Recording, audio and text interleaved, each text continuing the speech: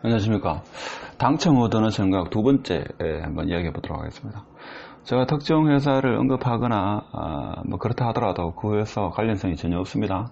저번에 모 아파트 분석하니까 뭐 그 아파트에서 뭐 돈 받았나 이렇게 이야기하는데 저 그렇게 저렴한 사람 아닙니다. 100만원, 200만원 뭐 그래 받아가지고 할 생각도 없고 한 1000만원 넘어가면 한 번쯤은 생각해 보겠지만 제가 그렇게 영향이 있는 사람도 아니고 저 연락처도 없습니다 지금. 그렇기 때문에 하여튼 그런 건 전혀 없으니까. 그리고 혹시나 제가 아파트를 구매했다고 이야기할 겁니다.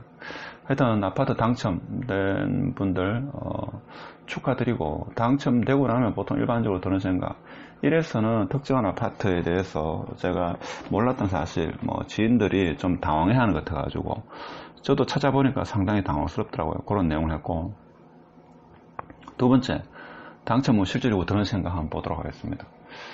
여러분 당첨이 되신 분도 있고 당첨 아직 한 번도 안 된 분도 있는데 사실 당첨돼도 있죠. 걱정이 많습니다. 왜 그렇습니까? 특히 지금 코로나 사태인 경우에 더더욱 그렇죠. 그래서 보통 어리둥절합니다. 그렇죠? 어리둥절하고 처음에는 상당히 기쁘죠. 됐다. 나도 이 당첨이 되는구나. 뭐 심지어는 뭡니까? 한 10년 동안 한 번도 안 됐다가 아직까지 한 번도 안 된 분도 계시죠. 근데 뭐 연속 뭐 두세 번 이렇게 된 경우도 있죠.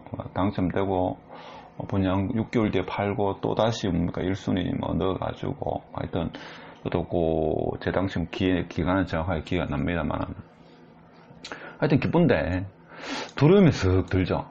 두려움이 듭니다. 지금 같은 이 코로나 사태에서 실물 경제가 침체한다 하는데 어떻게 할 거냐 고민이 많죠. 제가 생각해도 제가 만약에 지금 분양받더라도 상당히 고민이 될 것 같습니다. 그렇죠. 분위기가 달라요. 무슨 말인가 하면 예전에는 뭡니까? 당첨되면 뭡니까? 그 앞에 뭡니까? 흔히 말하는 그 떴다방이 나는 이제 그런 부동산에 종사하시는 분들입니까? 명함을 막 엄청나게 돌리죠. 그래서 뭐, 나도 모르게 있죠. 이 영화에 뭡니까? 그 영화제 있죠.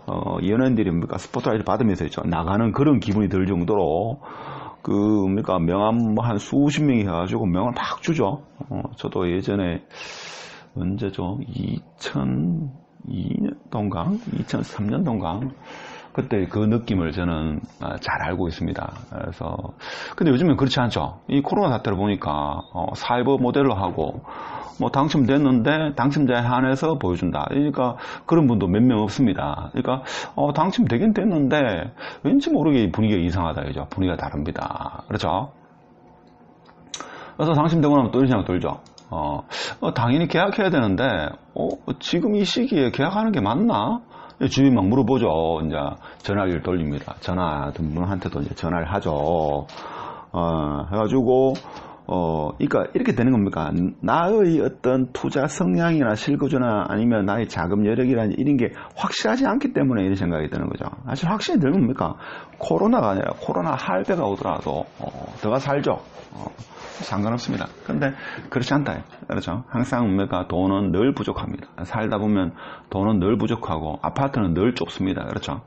예전에 제가 20대에 자취 생활을 오래 하면서 그 방을 4평에서 5평, 3평에서 5평 정도의 방에 살았는데, 그러다가 30평대 살고 지금 한 50평대 사는데, 처음에는 이사 들어올 때 뭡니까? 엄청나게 넓죠? 근데 살아보면 뭡니까? 2년만 살면 늘 집은 좁습니다. 저도 지금 집이 좁게 느껴지는데, 늘 그렇죠. 그래서 지금 이 시기 맞는가? 이런 걱정도 많이 하게 됩니다. 그 다음에, 내가 지금 계약을 하려고 하는 게 계약하면 잘하고 있는 걸까? 호구가 되는 게 아닐까? 지금 이 시국에 이런 걱정도 들죠. 그리고 이제 뭡니까? 적정 분양가가 맞는가? 이제서야 뭡니까? 돈에 대해서 작은 계획을 세우고 실제적으로 돈이 얼마인지 뭡니까? 옵션 가격이 얼마인지. 요즘 뭡니까? 옵션 하나만 있죠. 아파트가 아니고 콘크리트 덩어리입니다. 그거 아무것도 없죠. 이게 아파트 그 분양가를 구청에서 있죠. 제한하기 때문에 옵션으로 해가지고 가격을 쫙 붙이죠. 만일 5억 4천이다. 5억 4천이다. 예를 들면 5억 4천짜리 이거죠. 이 분양받아가지고 옵션 아무것도 안 하면 뭡니까? 더 가지고 사람 살겠습니까? 못 삽니다. 플러스 알파. 이 옵션 가격이 뭡니까? 아파트 가격을 많이 붙이죠. 적어도 한 4천에서 제대로 하려고 하면 5천, 6천 있죠. 뭐 화장실에 줄눈부터 해가지고 나중에 돈이 막 플러스 알파 더 하죠. 이런 생각이 듭니다. 근데 제일 문제되는 게 지금 뭡니까? 이 코로나 도대체 언제 종식 되노? 이게 머리 아프죠. 지금 뭐 뉴스는 뭡니까? 거의 뉴스의 절반은 향후 코로나 사태부터 해가지고 막 이야기하죠. 최근에 또 뭡니까? 당국대 모 선생이 뭡니까? 정부 질병관리본부하고 뭐 정부 해서 과제 같이 참여했는데 한국의 코로나 종식이 4월 한 20일 좀 된다 해가지고 숫자가 많이 줄어드는 게 그걸 마쳤다면서 5월달에 지금 사회적 거리두기를 완화하면 10월달에 돼가지고 재확산이 일어난다, 뭐 팬데믹이 다시 일어난다, 뭐 이런 수학적 모델을 시뮬레이션 했죠. 저도 볼 때는 그 수학적 모델을 어떤 모델을 돌는지 몰라도 저도 봤는데 상당히 신뢰성이 같더라고요. 그러다 보니까 또 걱정이 더 되죠. 자, 그러면 또 생각되는 뭔가 이런 생각됩니다. 나는 지속 가능한 소득자인가? 이런 생각이 드는 게 아니고 이걸 여러분 스스로한테 물어봐야 됩니다. 앞으로 여러분 소득이 얼마 동안 지속 가능한지, 특히 자영업 하시는 분은 뭡니까? 여기에 대한 대비를 해야 되겠죠. 뭐 흔히 말하는 공무원이나 정부 산하기관 같은 경우는 걱정이 덜 하시겠지만 그렇지 않은 분은 내 소득이 얼마 동안 지속 가능한가? 요거를 좀 생각해 봐야 됩니다.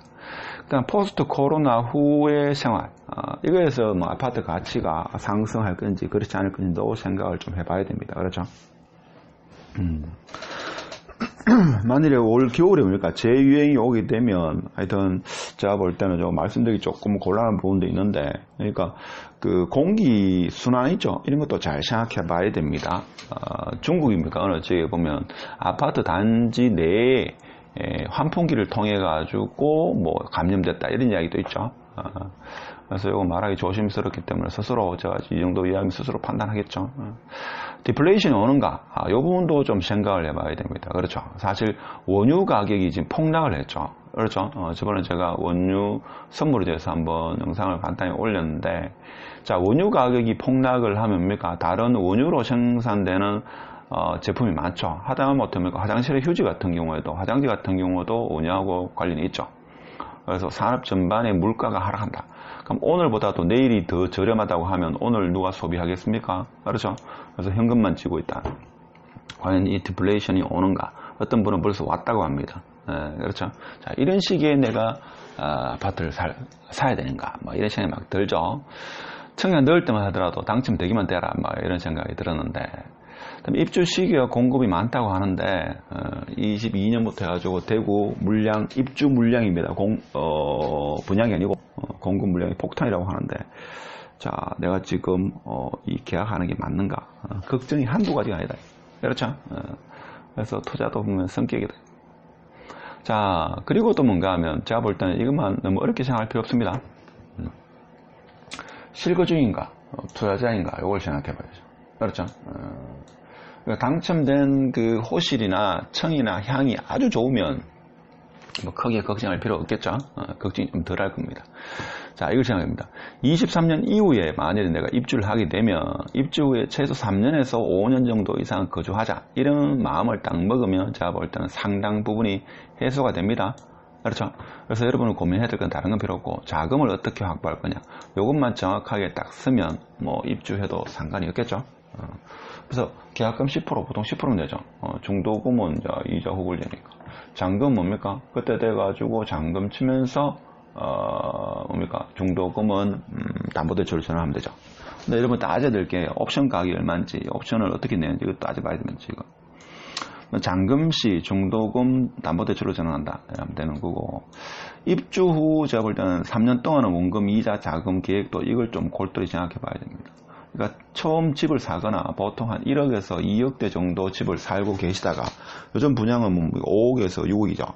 이렇게 시아파트로 들어갔을 때 만일에 한 6억 잡았을 때 다 합해서 그러면 4억 정도 대출 낸다고 봤을 때 4억 같으면 뭡니까? 한 달에 원금하고 이자가 한 5만원 정도 될 겁니다. 160만원에서 170만원 요 사이일 겁니다.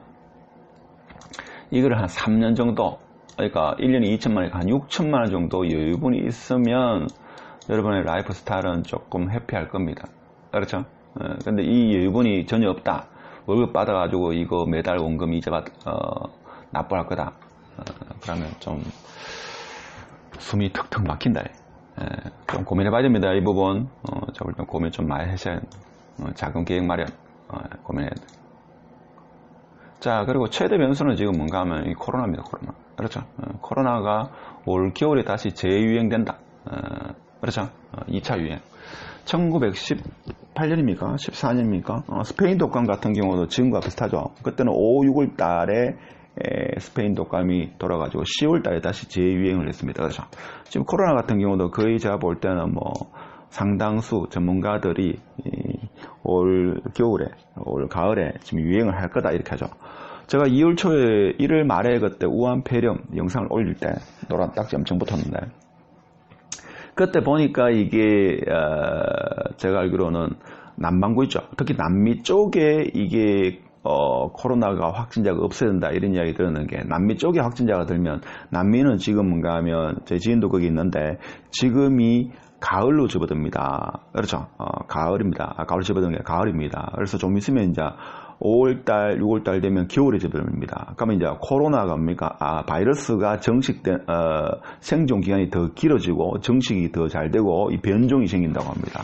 그러니까 한국이 올 가을이 되면 남미 쪽에는 이제 겨울이 지나고 봄이 되죠. 그럼 새로운 종이라든지 해가지고 뭡니까? 이 남반구에서 다시 북반구로 올리죠. 이제 전염이 다시 되는 겁니다. 그렇기 때문에 사실 이거는 뭐 같이 쭉 가야 되는 거죠. 그래서 제가 볼 때는 최대 변수가 코로나가 아니었다면 단지 공급 물량하고 위치만 따져보면 되는데 이제 그보다 그 이상으로 중요한 게 이제 코로나 이거로 인해 가지고 세계 경제가 어떻게 될지 모르니까 더 불안한 거죠. 그래서 제가 볼 때는 쉽게 생각하면 이렇게 생각하면 됩니다. 실거주면 제가 볼 때는 역세권이냐 대단지냐 학군이냐 요 중에 한 2개 정도만 만족하면 제가 볼 때는 뭐 실거주 하면 되죠. 들어가서 작은 계획 마련만 오케이 되면 들어가서 한 3년이나 5년 살면 됩니다. 그러니까 23년 입주면 그때부터 한 3년이나 5년 살면 있죠. 이게 또 파도가 치기 때문에 괜찮을 겁니다. 그렇죠. 그럴 때는 제가 볼 때는 신혼이나 이사를 하면 괜찮습니다. 근데 투자일 경우에는 제가 그 어떤 사람도 말씀을 못 드립니다. 그렇죠. 투자는 여러분의 여건이 다 다르기 때문에 각자 판단하셔야 된다. 22년 이후의 물량, 코로나 영향, 제가 볼 때는 이런 것을 여러분만 알고 있습니다. 그 누구도 모릅니다. 여러분 개인 사정을 모르기 때문에 그래서 이 부분을 좀 고민을 하셔야 되고 그래서 제가 볼 때는 당첨 후 행동 계약하지 않더라도 제가 볼 때는 일단은 뭐 당첨 후 행동은 아니지만 여러분은 상당히 성장하고 있다. 고민을 했다는 말은 적어도 뭐 한 하루 이틀 내지는 일주일은 고민할 거니까 머리 삼매고 고민하죠. 물론 뭐 자금 여력이 충분히 되고 자기 주관이 확실한 사람은 고민할 것도 없고 그냥 행복한 생각만 하겠죠. 그런데 그렇지 않고 지금 이 시국에 자금도 능동하지 않고 뭐 여러 가지 이런 생각이 딱 드는 순간 제가 볼 때는 계약하는 당일까지 머리가 있죠. 많이 아픕니다. 많이 아파야 되죠. 아파야 성공한다. 아프니까 청춘이다. 아파야 성장한다. 아파서 성장하나? 하여튼 성장합니다. 성장한다. 자, 계약하면 본격적인 경제 공부다. 그렇죠. 주식 안 하는 사람도 주식 100만원 딱 넣는 순간입니까? 이제 뭐, 세계 경제가 걱정이죠. 내 걱정보다도 세계 경제가 더 걱정이다. 그래서 계약하면 본격적인 경제 공부다.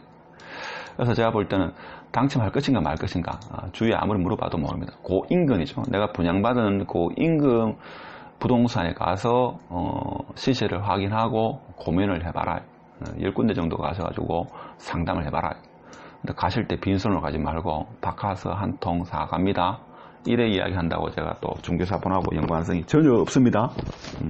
최소한입니까? 한 10분, 20분 동안 그분이 그래도 뭔가 말을 해줄 건데 하다 못해 한두 마디 말을 하더라도 바카스 한 통은 사고 가시라. 그러면 그분은 뭡니까? 그 부동산 업에 한 10년, 20년 하신 분이죠. 여러분 말하는 그 단어 용어 선택만 봐도 이 사람의 수준을 압니다. 그렇기 때문에 그 눈빛만 봐도 대충 감이 옵니다. 뭐 이래 이야기하면 뭐 공인중개사한테 물어봐야 되나 이래 이야기하는 사람들은 제가 볼 때는 거의 대다수 있죠. 그룹 채팅이나 뭐 하는 사람 중에 거의 90%는 중개사 10년 이상 그 중개하신 분보다 실력이 못합니다. 저도 마찬가지고. 하여튼 지금 해야 될 행동은 뭔가 하면 요겁니다. 지금 당장 책을 읽고 내가 어떤 결정할 수 있는 이게 안 되기 때문에 내가 분양받았는 그 인근 부동산에 가가지고 한 5만원 들고 있죠. 차에 바카스 한 10통 사가지고 여러 군데 인근 부동산에 둘러보시라. 아니면 자기 집 인근에도 둘러보시고, 그게 제가 볼 때는 가장 현명한 결정을 하는데 도움이 됩니다. 자, 오늘 영상 끝까지 시청해서 감사드리고 영상이 좋았다면 구독, 공유, 좋아요 부탁합니다. 감사합니다.